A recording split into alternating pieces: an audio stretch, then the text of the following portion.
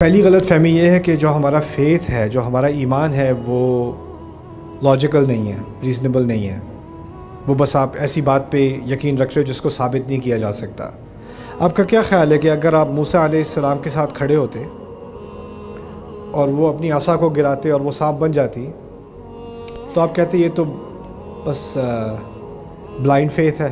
یا پانی الگ ہو رہا ہوتا اور آپ اس میں سے گزر جاتے، اور اگر آپ پانی سے گزر رہے ہوتے تو آپ یہ سمجھتے کہ اس خدا کو جس کو ہم مانتے ہیں یہ بس ایمانیات کی باتیں ہیں، لیکن اس کو ثابت نہیں کیا جا سکتا۔ آنکھوں کے سامنے ثابت ہو رہا ہے کہ نہیں؟ ہو رہا ہے نا۔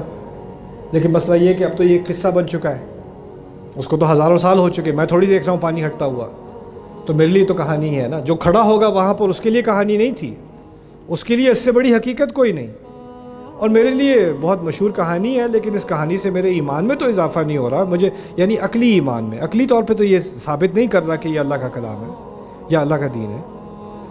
آخری معجزہ جو اللہ تعالیٰ نے انسانیت کو دیا ہے وہ قرآن ہے، اور اس کے دو مقاصد ہیں، ایک نہیں دو۔ ایک اس کا مقصد ہے کہ اس کے اندر ایک پیغام ہے، ایک بات پہنچانی ہے انسانیت تک، مجھ تک اور آپ تک، اس کا ایک مقصد یہ ہے۔ اس کا دوسرا مقصد یہ ہے کہ یہ ثابت کرے، قرآن خود ثابت کرے کہ یہ خدا کی طرف سے ہے اور یہ انسان کا ہو ہی نہیں سکتا۔ دونوں چیزیں ساتھ ساتھ، ایک طرف اس کا پیغام ہونا، دوسری طرف اس کا معجزہ ہونا۔ اور معجزہ اس چیز کو کہتے ہیں کہ وہ انسان ایک دفعہ دیکھ لے تو اس میں کوئی شک کی گنجائش ہی نہیں رہتی کہ یہ خدا کا نہ ہو۔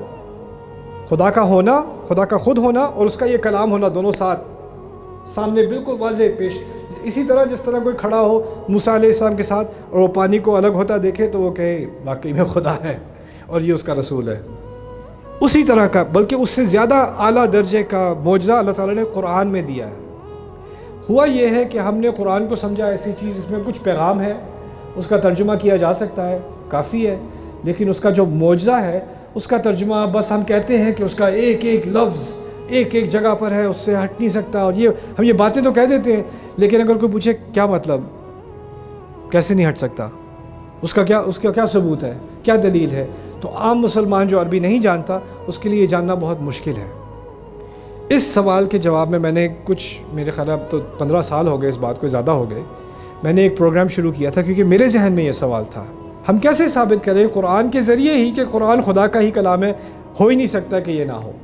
اپنے آپ کو کیسے ثابت کر رہا ہے انسانیت کے آخر تک؟ کسی رسول نے نہیں آنا اس کے بعد، اس کا مطلب پتہ ہے کہ کوئی اور معجزہ نہیں آنا، کوئی اور پانی الگ نہیں ہونے والا، کوئی اور اونٹنی نہیں آنے والی لائک صالح علیہ السلام والی، کوئی سوٹی نہیں آنے والی جس نے سانپ بننا ہے۔ اب بس یہ قرآن ہی ہے، آخرت تک یہی کافی ہے۔ اولم یکفیہم انا انزلنا علیک الآیات انا انزلنا علیک الکتاب یتلی علیہم۔ مشرکون نے کہا ان پر کوئی معجزہ کیوں نہیں آتا؟ سورۃ العنکبوت میں پوچھا اگر یہ واقعی رسول ہے، سارے رسولوں کی کہانیاں سناتے ہیں، ان پر کوئی معجزہ کیوں نہیں آتا؟ قرآن نے کہا ان کے لیے کافی نہیں ہے کہ ان پر یہ کتاب نازل کی جا رہی ہے۔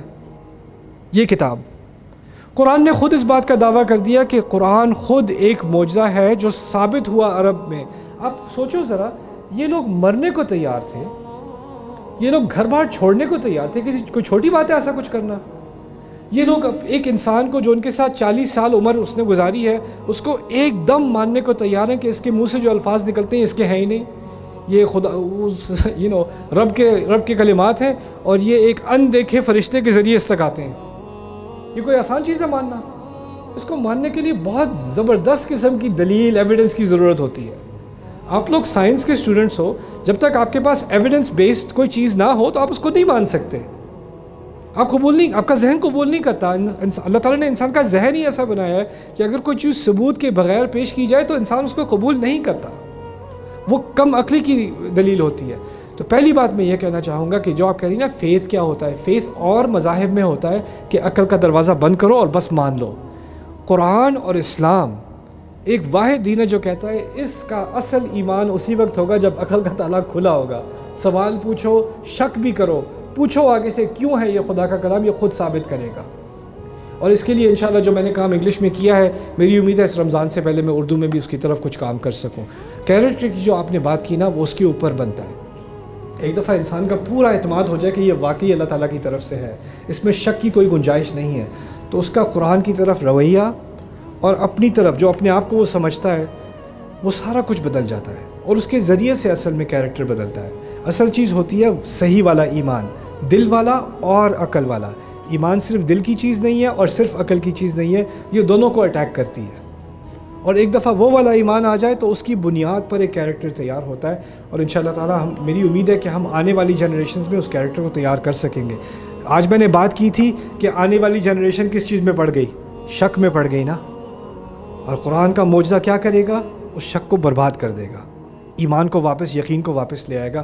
اللہ تعالی ہماری قوم کو یہ توفیق دے کہ ایمان اسی طرح واپس آئے جس طرح پہلے والوں پر واپس آیا تھا۔